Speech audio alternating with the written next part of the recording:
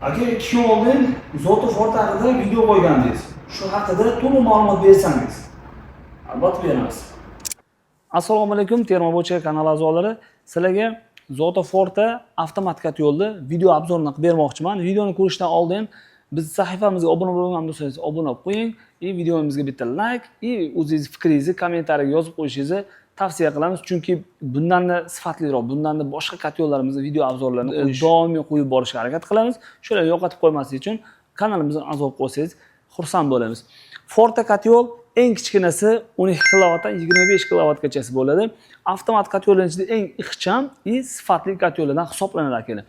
Bunkeri 210 litrli bo'ladi. Ya'ni qancha ko'mir qancha vaqt yonadi deb savol berganlar uchun 210 litrli, ya'ni eng ko'mirni mayin yiriligiga qarab turib 120 kilogramm ko'mirdan 150 kilogramm ko'mirgacha yonilg'i sig'adi.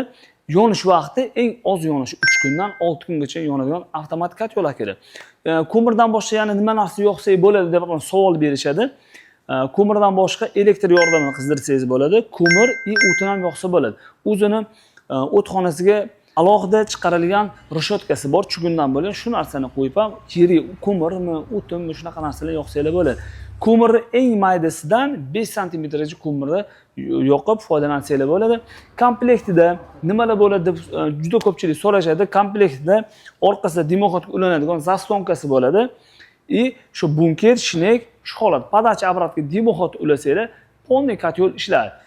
Yo'lda yana bitta narsa, yo'lni ko'pchilik aytishadi, foydali ish koeffitsiyenti nechi deyishadi.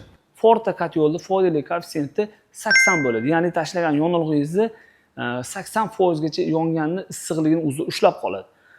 Bu joyi teplodmenniy hisoblanadi.